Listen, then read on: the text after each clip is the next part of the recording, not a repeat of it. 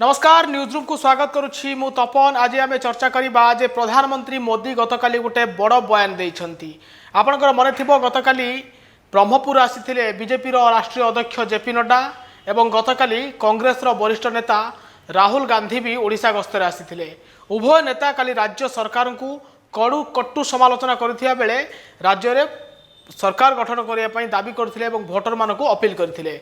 उभय नेता काली ओडिशार अस्मितार कथा मध्य कहिथिले। आपनकर मन थिबो जे बीजेपी बीजेडी मेंट हबा पई दिनक चर्चा होउथिला एवं परे ए मेंट होई नथिला। सेतबेले मनमोहन सामल प्रथमे जेतबेले मीडिया को तांकर प्रतिक्रिया देथिले जे ओडिया अस्मिता पई एथर लढई हेबो। आउ ठीक समान कथा गतकाली प्रधानमंत्री मोदी मध्य कहिसंती।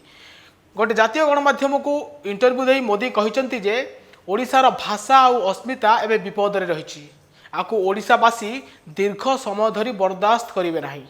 आहरी मोदी कहते जे ओडिशा खनिज संपद रे भरपूर सत्वे एवं भी गरीबी अच्छी किंतु ओडिशा रे बीजेपी को थरे सुजोग देले आम ओडिशा को केउठी नहीं केउठी पहुँचाइबू। यासह मोदी कहते जे प्रसंग भित्तिर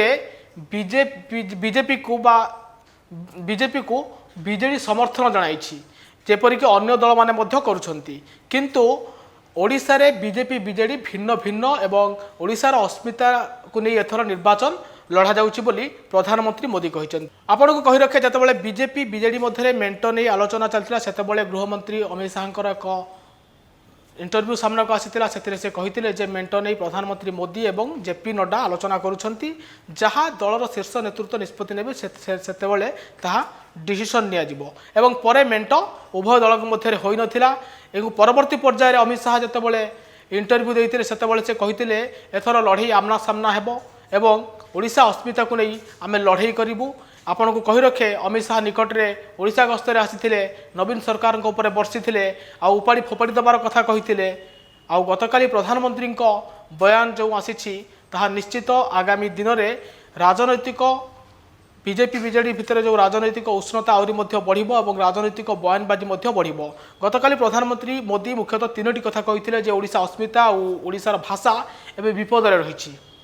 ओडिशा खनिज संपद रे भरपूर राज्य होई मध्य एबे भी गरीबी रही याकू ओडिशावासी केबे भी बर्दाश्त करिवे नाही बोली गतकाली प्रधानमंत्री मोदी एक जातीय गणमाध्यम को इंटरव्यू देई एभली किछि कहिसंती।